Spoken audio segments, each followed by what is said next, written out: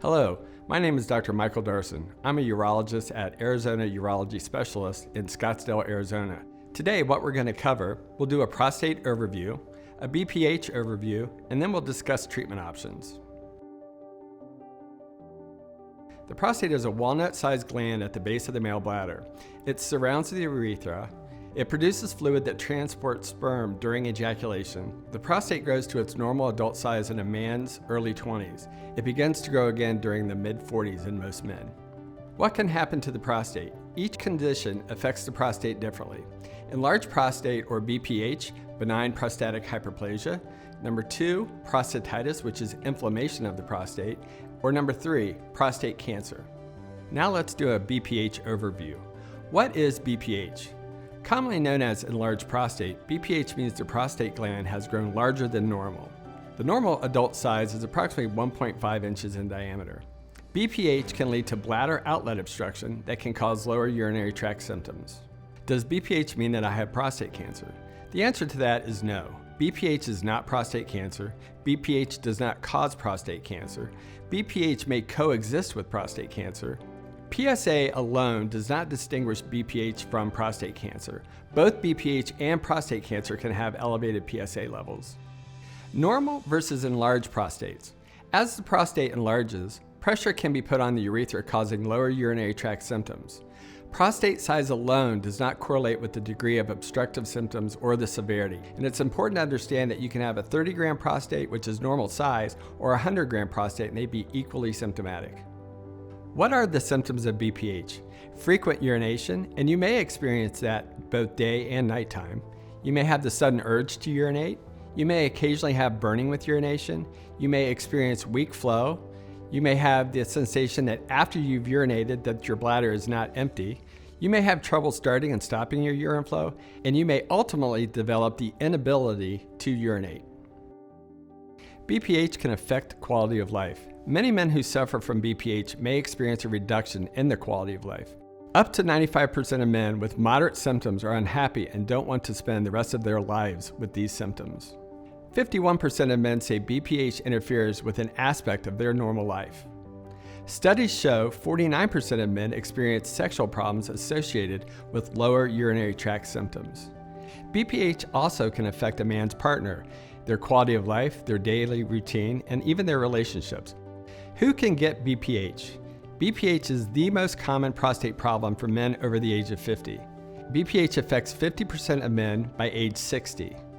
BPH affects 90% of men by age 85. In 2010, as many as 14 million men had lower urinary tract symptoms. Obesity, higher body mass index, and lack of exercise may increase the risk of BPH. How is BPH diagnosed? A medical history and physical exam are performed. Prostate exams are done with a digital rectal exam. Urinary output testing helps us figure out peak flow and post-void residuals. Self-evaluation of symptoms is also performed. There are validated questionnaires such as the American Urologic Association Symptom Index, the International Prostate Symptom Score, Quality of Life questions, and Bladder Impact Index. Let's discuss treatment options. It's always best to start with the least invasive. Let's start with behavioral modification. That consists of fluid and diet changes, watchful waiting, and Kegel and bladder retraining. Let's move on to first-line therapies. First, there are BPH medicines. There are alpha blockers and 5-alpha reductase inhibitors. Then there are first-line in-office therapies, resume water vapor therapy, and prostate urethral lift, which are permanent implants in the prostate. And moving from least invasive to most invasive are the surgical procedures. These are hospital-based procedures that require general anesthesia. There's the green light laser, there's the traditional TURP, and there's the laparoscopic prostatectomy. No dietary supplement, combination agent, or other non-conventional therapy is recommended for the management of LUTS secondary to BPH. This includes saw palmetto. What is watchful waiting? Watchful waiting involves lifestyle modifications such as adjusting diet, evening fluid intake, medication use, and exercise patterns. Medications. First, alpha blockers. What are alpha blockers? They help relax the muscles of the bladder and prostate, allowing urine to flow more freely. 5-alpha reductase inhibitors. What are they? They're designed to stop the growth or shrink the prostate by lowering production of the hormone DHT, a male sex hormone. Studies show up to 70% of men stop taking their BPH medicines within a year. Resume water vapor therapy. What is it? It's an outpatient therapy that uses the natural energy stored in water vapor to shrink excess prostate tissue. There's no general anesthesia, there's no permanent implant, and there's only a 4.4 surgical retreatment rate at 5 years. And now we will show an animation of how Resume water vapor therapy works. This short in-office therapy shrinks your prostate, relieving your BPH symptoms and preserving sexual function. And now you'll hear from Joe, a Resume patient, and his spouse, Terry.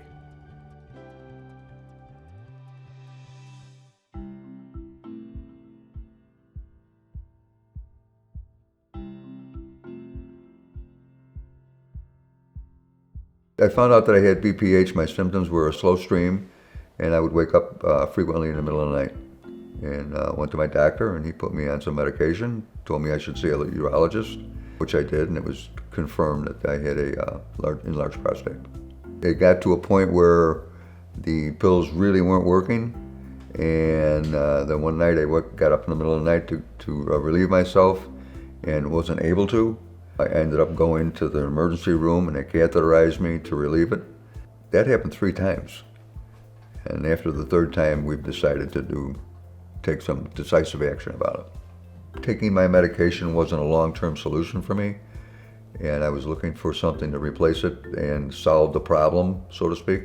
And that's why I looked for new technology in Resume. It was somewhat like going out with a toddler. You have to scout out every washroom. We would go out to dinner, and as soon as we would get to the restaurant, he would excuse himself to go to the restroom, and there I would be standing with the hostess. Then usually midway through our meal, he would have to go to the restroom again, and that happened for a few years.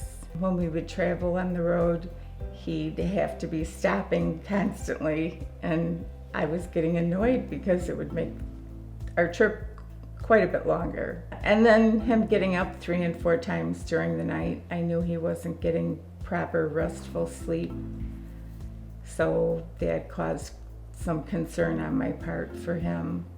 I first heard of Resume when I was researching enlarged prostate and the procedures to repair it, to fix it.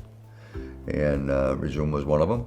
The more I researched Resume, it was the latest and greatest technology, and I want to be part of new technology. I think technology is good. When I first heard about Resume, I looked it up on the internet, and I thought, what?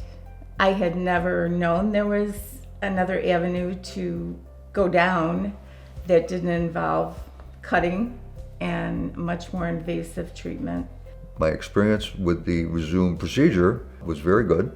Didn't take a lot of time. It was not a lot of pain. I thought the technology was great. They showed me everything as far as the equipment that they were using and how they were going to use it. The technician from Resume was there to assist the doctor.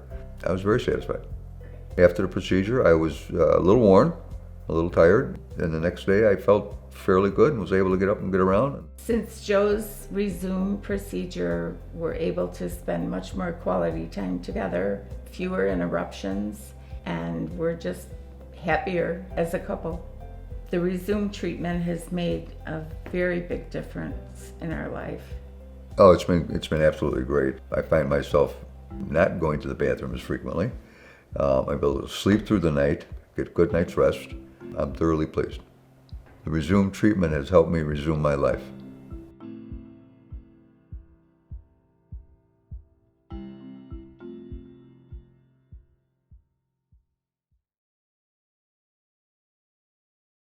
Prostate urethral lift. What is it? It's an outpatient procedure that utilizes permanent implants to lift and hold enlarged prostate tissue out of the way so it no longer blocks the urethra. There's no general anesthesia, there are permanent implants, and the surgical retreatment rate is 13.6% at 5 years. Green light laser therapy is an outpatient procedure that uses a laser to vaporize away the prostate tissue. There is general anesthesia, there are no permanent implants, and the surgical retreatment rate is 4.8% at 5 years. Now we'd like to show you an animation of how the green light laser works.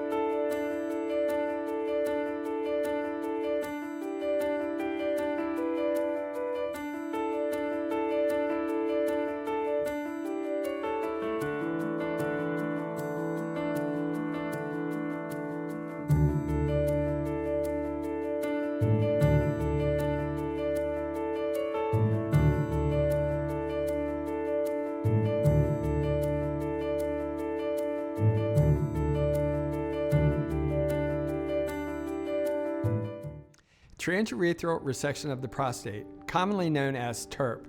A TURP is an outpatient procedure that uses a heated wire to cut through prostate tissue. There is general anesthesia, there are no permanent implants, and the surgical retreatment rate at 5 years is 5.8%. Prostatectomy. A prostatectomy is an outpatient procedure that involves surgical removal of the inner portion of the prostate via an incision in the lower abdomen. And the surgical retreatment rate at 5 years is 2.7%. Insurance coverage. It is the responsibility of the patient to contact their insurance provider for specific coverage information. In summary, we've talked about the prostate gland and what it does, we've done a BPH overview, and we've discussed treatment options, starting with watchful waiting, then first-line therapies, medical therapy, resumed water vapor therapy, and permanent implants, and we've talked about surgical procedures such as the green light laser therapy, a traditional TURP, and a laparoscopic prostatectomy. Next step, consult with your urologist to determine which treatment option is best for you.